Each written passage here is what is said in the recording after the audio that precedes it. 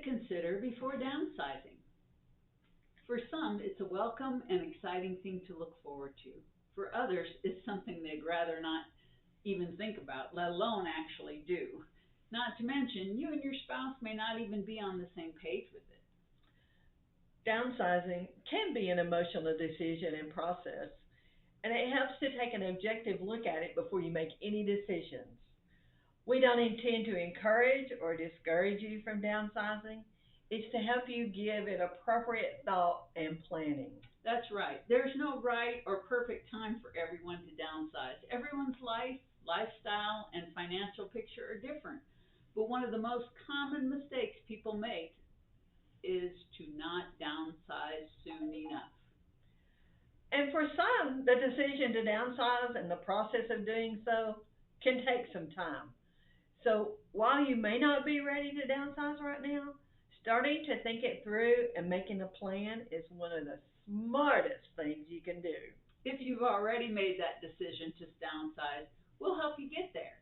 We'll help you get where you want more smoothly, thoughtfully, and quickly. And we do hope you find this helpful and it addresses any thoughts, concerns, and questions you may have. But if it doesn't, please feel free to reach out to us directly by phone, text, or email, and we'll be happy to answer any questions you have. You can check the information below to get the phone numbers and text. Less is more in many cases. When people hear the word downsizing, they often associate it with older people, retirees, empty nesters, or people headed to assisted living or nursing homes. While these are certainly people who are likely to consider downsizing, they're not the only ones. More and more, people are seeking less house to call home. Housing has become more and more costly, and the upkeep, maintenance, and bills are more costly the bigger the house it is. But it's not just something that people do for the cost benefit. Yeah, people are doing it because it's becoming cool and desirable to do. Just look at the tiny house movement. Although that's an extreme example, most people can't and won't fit into such a tiny space. Luckily, there's plenty of alternatives to choose from. So, what's so appealing about downsizing to so many people? Freedom. Less to worry about, less on their minds, less cost, lower property taxes, more money to do things they love and want to do. Not to mention, it's faster to clean those little houses. The point is, while many people look at downsizing as something sad or negative, it doesn't have to be. Certainly, you have some emotions and memories attached to your house, but don't overlook the life and lifestyle and memories you're going to create in your next home. So, if you're on the fence about downsizing, spend some time considering the possibilities in your future. Think through whether you need the amount of house you currently own. Consider how much of your house you currently use versus how much you don't. Spend some time truly thinking about what you want and need in your next home. Now, think about what you're working with. Throughout all the ages, one of the benefits touted of owning a home is that you'll build wealth. Presumably, you bought your house some years ago. The value went up and you paid down the mortgage over time. Ideally, you should have some money to work with once you sell your home. And as far as buying your next home, figuring what you can afford likely has a lot to do with how much your current house is worth and how much you still owe, if you owe anything. Yeah, most people have a general idea about how much their house is worth. Sometimes it's from seeing or hearing through the grapevine what other places in the area have sold for. Sometimes it's taking a look at a website that claims to give you the value of your house. Well, the main problem with the grapevine is that it's often a bit exaggerated by people. Or it can be misleading because you don't know the entire story about a particular house or the market itself. Not to mention, people are often biased toward their own house. Sure, and online valuations are typically highly inaccurate. If you read disclaimers on any site that gives them, you'll see they don't even claim to be accurate most of the time. So, the first thing you should do is get a thorough, accurate, comparative market analysis, which we call a CMA, done by a local real estate agent or an appraisal from a real estate appraiser. You might want to lean toward getting a CMA from an agent since almost every agent will do them for free, while an appraiser will charge several $100s. Plus, agents tend to have more of a feel for the actual market beyond just the data. They get what the market is doing and what people in the market are doing, while an appraiser tends to just look at the numbers. Right. You may also want to ask the agent to do a net sheet for you. That way you can account for all the costs and debts that will need to be paid. It will show you how much you'll need to net from the sale. Once you have this information, then you can truly start researching and planning what your options are. But before you spend a dime, now that you have an accurate idea about how much you'll have to work with, there are a few more people you may want to chat with before you spend a dime of that money and before you even list your house for sale. If you don't already have an accountant, a financial planner, or perhaps even an attorney who helps you with estate planning, you should strongly consider doing so before making any firm decisions. An accountant can help you assess any tax implications, obligations, and benefits you may be able to take advantage of. A financial planner can help you assess how much money you should spend on housing and perhaps even help you decide whether it makes more sense for you to rent something or buy it, or whether to pay cash or finance it. He or she can also help you allocate your proceeds from the sale of your house to achieve what you'd like in the future beyond just your housing needs. An attorney who specializes in handling estates is becoming more and more crucial for people. The further ahead you start planning the estate, the better off you and your heirs will be. The laws change frequently and vary from state to state, and many people lose quite a bit of their wealth due to poor or lack of planning. So if you have professionals in these fields that you already know, trust, and work with, make sure to consult them. If not, make sure to find ones to consult with by asking friends and family for referrals or by doing some research online. Now, while this might seem like quite a lot of people to turn to and have to pay for advice, the time and money you spend on these professionals can really pay off by helping ensure that you don't lose any of the wealth you've created for yourself. So, Sorry, I'll just go ahead. Before you put your house on the market, you should spend a little time thinking about coordinating the time of your sale and moving on to your next home. and the first thing you should think about is whether or not you need to sell your house in order to buy another. If you've owned your house for many years and have little or no mortgage, you may not have to sell your house in order to look for and commit to another housing arrangement. On the other hand, if you still have a mortgage and are watching your cash flow, you may need to sell your house in order to fund your move.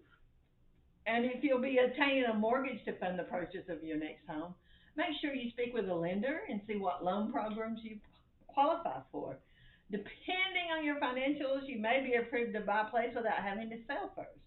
However, many people have to sell their current house in order to qualify for a new loan. So just check to see where you stand if you will be getting a mortgage. The next thing you should look into is the availability of the type of home you're looking for. For instance, if you want a single story ranch style house and there are plenty of them in the area where you want to move, you really don't have much to worry about when you're ready. However, if few ranches are on the market in the area you want to live, you need to put yourself in a position to jump on one as soon as it hits the market. Or if you're considering a 55 plus community or an assisted living development, there sometimes there's a wait list to get in. So make sure you check out any developments you may be interested in and get on that list. Yes, if you're planning on renting, take a look at the rental market. Some areas have plenty of rentals while some areas have scarcity. There are plenty of rentals in the area you want to live in. Type are they the type of home that you want or that you need? Finally, get a feel for how long your current house will take to sell. If you already have gotten a CMA from a real estate agent, like we spoke about it in the section above, then you probably have a good idea about how long your house will take to sell. If not, that's the best way to figure it out. So make sure to speak with one of us. We're good at analyzing the market and have experience advising how to time your sale with your purchase. And hopefully the research you do will be in your favor and will show that you have plenty of options waiting for you. But just thinking about the chance that there may not be a lot of options for you to choose from and that you'll have to jump on any opportunity that comes up may have made you feel anxious. Here's the silver lining to that feeling you may have gotten. That may also be how the potential buyers for your current house feel. Right. And for years, economists and housing analysts have been predicting a flood of homes hitting the market due to the baby boomers getting at an age where they would be downsizing at the same time. So far, that flood hasn't occurred in most areas. And people aren't retiring or downsizing in ages that were predicted. Many people work longer than anticipated and often don't retire at all. Expected lifespans are increasing, and people are often healthier and more vibrant than past generations as they get older. Some people like where they are living and perhaps have family in the area still, so they see no need to move. Whatever the reasons, all the homes many people in the younger generations aspire to are still occupied by people of the older generation. Their move up houses aren't being sold and moved out for them to buy and move into. In terms of simple supply and demand, if there are less move up homes available, scarcity is created, which allows for higher values and sales prices. Obviously, this entirely depends on the local market. Despite what you may see on TV, hear on the radio, or read online or in a magazine, housing trends and property values are extremely local. Most of what you may see or hear is broad and general, and it tends to look at things on a national level. So make sure and ask us to give you an idea of how scarce the home you want is. And if you're still on the fence about whether you want to downsize now or perhaps wait a while longer, make sure to take all of this into consideration. If there are a few move up homes available in your market currently due to the fact that many baby boomers are still staying in their houses, you may want to consider capitalizing on this and selling your house before everyone else does as well. Lots of people dream of retiring to an area they fell in love with in their travels. Some people want to move to where their children, family members, or friends move to. Maybe it's just a warmer climate and you want to get to or an area with a lower cost of living. Whatever drives you to want to move to an area, if it's not an area you've lived in, you should take a drive, plane, or hike out there and spend some time there. Pretend you lived there for a while, just selling your current house and moving yourself all the way there, only to find you don't like it as much as you hoped and anticipated. If you can only spare the time and money for a week, make it a week. Better if you can swing a few weeks to a month. All the better. Right. Of course, you can rent a hotel room in the area for a few weeks, or you can stay with family or friends in the area. But for the most authentic experience, you may want to look at renting a house or an apartment off a site like an Airbnb or a VRBO. Uh, we're not endorsing those, we're just giving you a couple of ideas. So, spending time living on your own, in a home in that area is something you couldn't easily do even a few years ago. And now it's becoming more and more common and easy to do. And it's a great way to get a feel for what it would be like if you actually lived in the area. And while you're there, try and live the way you picture yourself living. Get up at the time you envision. Have a breakfast that you picture having. Go exercise. Go shopping. See friends or family. Meet new people. Or just hang out at home alone. The point is, don't treat it like a vacation. Treat it like it's already home. Right, but also spend some time doing research while you're there and look at some homes. You can do a lot of looking at real estate online nowadays, but there's no substitute for actually walking into a home and seeing it in person. A picture can say 1,000 words, but the words could be exaggerated or outright lies. So make sure you take a look around at the area to see if you like the area, the lifestyle, and homes where you hope to call home soon.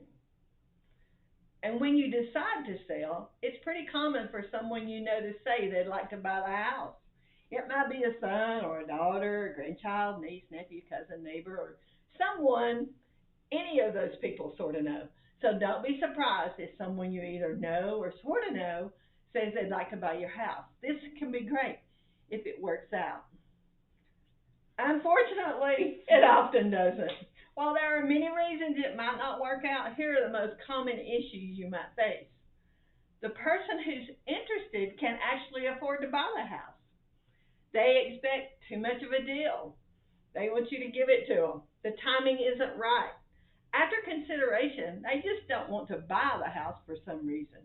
They would love to, but they feel the house needs too much work. Other family members feel angry if the person is getting a good deal and they aren't, and feel it's taken away from what is theirs in terms of future inheritance. The list could go on and on. It really depends upon who you have in your life and what their lives are like. But the point is that while it's common for you to hear, feel, or think someone you know wants first dibs on the house, there's a good chance they don't want anything to do with their dibs. Here are a few tips for increasing the odds Yeah. of it happening and happening smoothly as possible. Determine the amount you're willing to accept for your house from someone you know versus as if it were on the open market.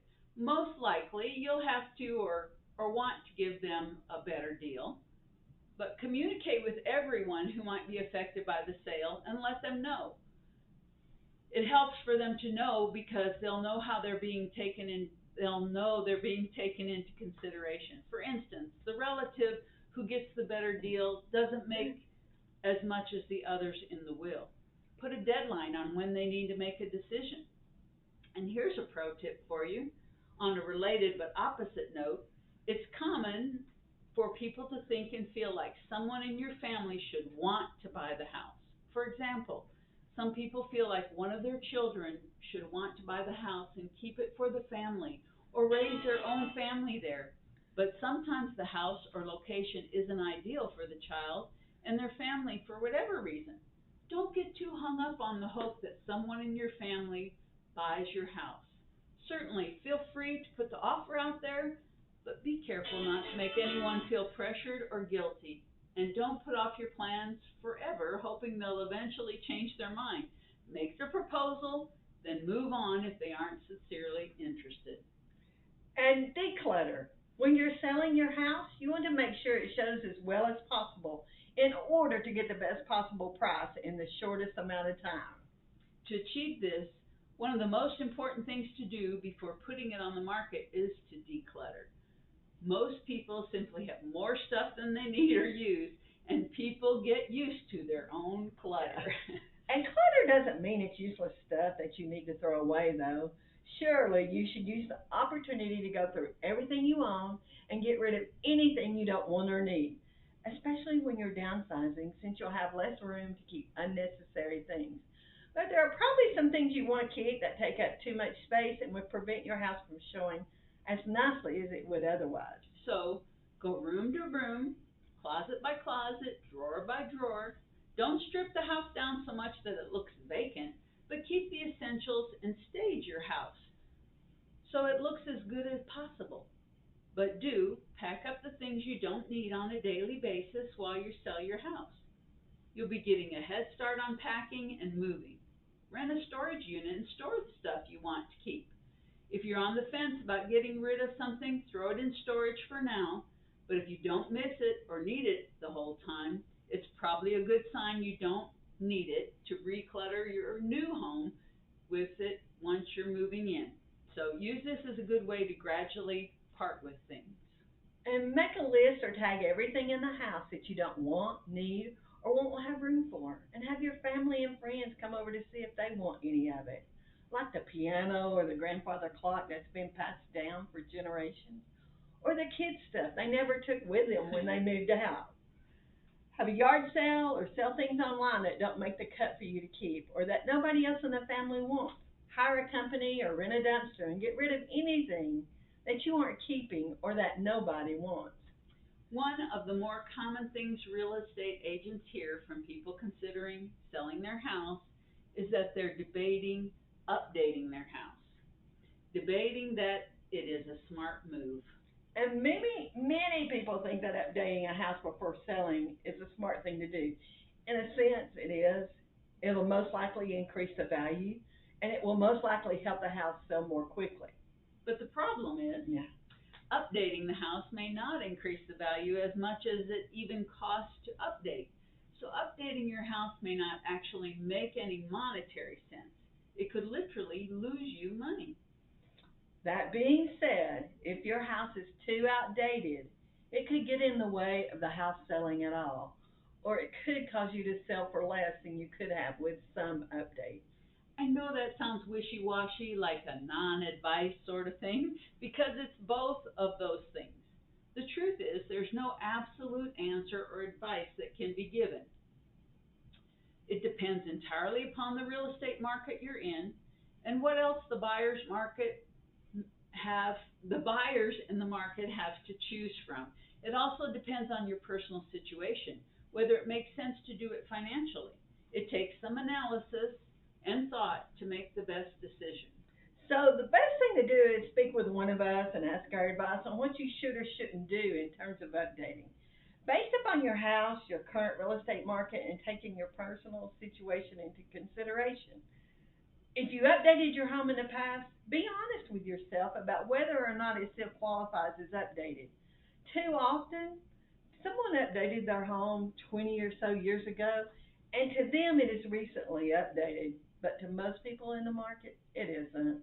Yet the owner will almost insist on marketing the home as updated and want to list every update they did. They did, including the Formica countertop and wood paneling, when buyers are actually looking for quartz countertops and shiplap on the walls. While many buyers may love an updated house, there are still plenty of buyers who will buy a house that needs updating. So don't sweat it if you decide not to update your house. There will be a buyer for it.